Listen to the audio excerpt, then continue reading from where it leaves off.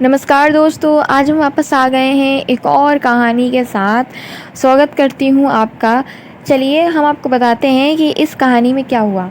ये कहानी है उत्तर प्रदेश के रामपुर की से, जहाँ एक परिवार में दो भाई रहते थे, विक्रम और करण। विक्रम बड़ा भाई था, उम्र लगभग 40 साल, और उसने कभी शादी ही नहीं की थी।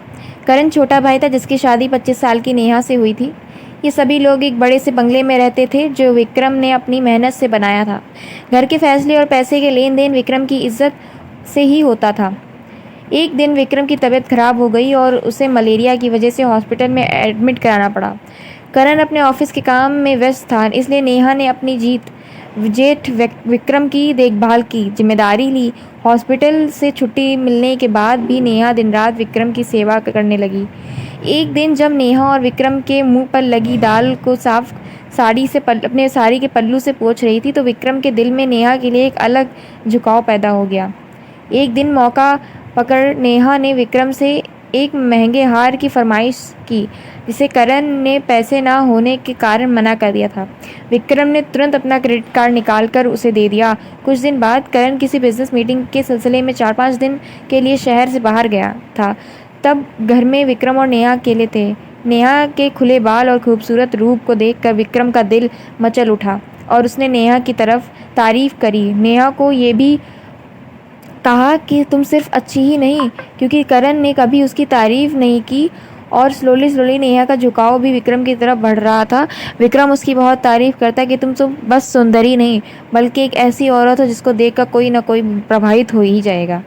एक रात जब नेहा विक्रम को दूध देने लगी, तो विक्रम ने उसका हाथ पकड़ लिया और कहा, नेहा जैसी पत्नी चाहिए। उसने कहा कि सामने एक डील रखी कि अगर वो उसकी इच्छाएं पूरी करेगी तो वो नेहा की हर खुशी पूरी करेगा। एक रात जब घर में सब सो रहे थे, विक्रम नेहा के कमरे में गया और दोनों ने गलत रिश्ता बनाया। अगले दिन विक्रम ने नेहा को सोने की चैन गिफ्ट करी। अब जब करण बाहर जाता, विक्रम और नेहा के बीच ये सिलसिला चलता। कुछ महीनों के बाद नेहा प्रेग्नेंट हो गई। करण को थोड़ा शक हुआ, क्योंकि उसने नेहा के साथ उतना वक्त नहीं बिताया, लेकिन नेहा के रोने पर उसने बात छोड़ दी। एक दिन जब करण अपनी एक फाइल भूल गया और घर अचानक से लौटा, तो उसने विक्रम और नेहा को रंगे हाथ गलत काम करते हुए देख लिया। वो बिना कुछ बोले ही वहाँ से चला गया। शाम को जब करण ने नेहा से इस बारे में बात की, तो नेहा रोने लगी, लेकिन करण ने गुस्सा करने की बजाय नेहा को समझाया कि अगर हम विक्रम के खिलाफ गए तो वो हमें घर से निकाल देंगे। उसने कहा कि जो बच्चा पेट में है वो विक्रम का ही है, इसलिए चुप रहो ताकि सारी संपत्ति उन्हें मिल सके। नेहा ने एक बेटे को जन्म दिया और विक्रम ने खुश होकर सारी प्रॉपर्टी उस बच्चे के नाम कर दी।